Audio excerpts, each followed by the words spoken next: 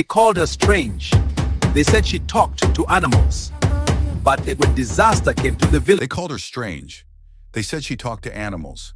But when disaster came to the village, the animals were the first to answer her call.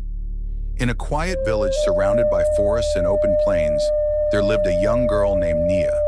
She was gentle, observant, and often alone.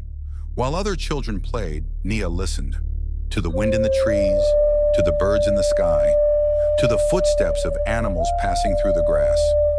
People said she was different, but Nia believed something simple. Everything alive has a voice if you are patient enough to listen.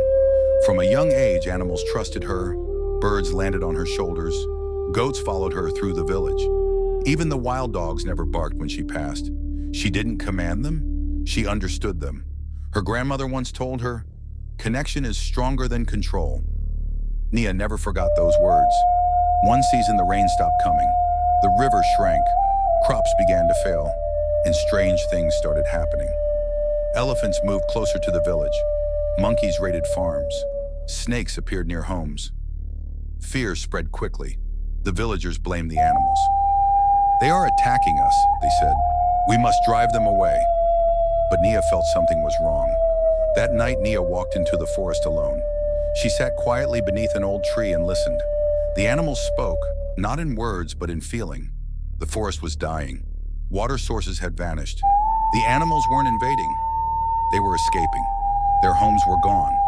Nia understood the truth the village could not see. The next morning, Nia stood before the elders. "The animals are not our enemies," she said. "They are suffering, just like us."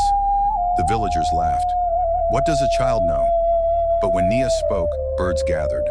Goats circled her. Even the elephants stood still at the forest's edge. For the first time, the village was silent. Guided by Nia, the villagers dug new water paths. They protected the forest instead of cutting it down.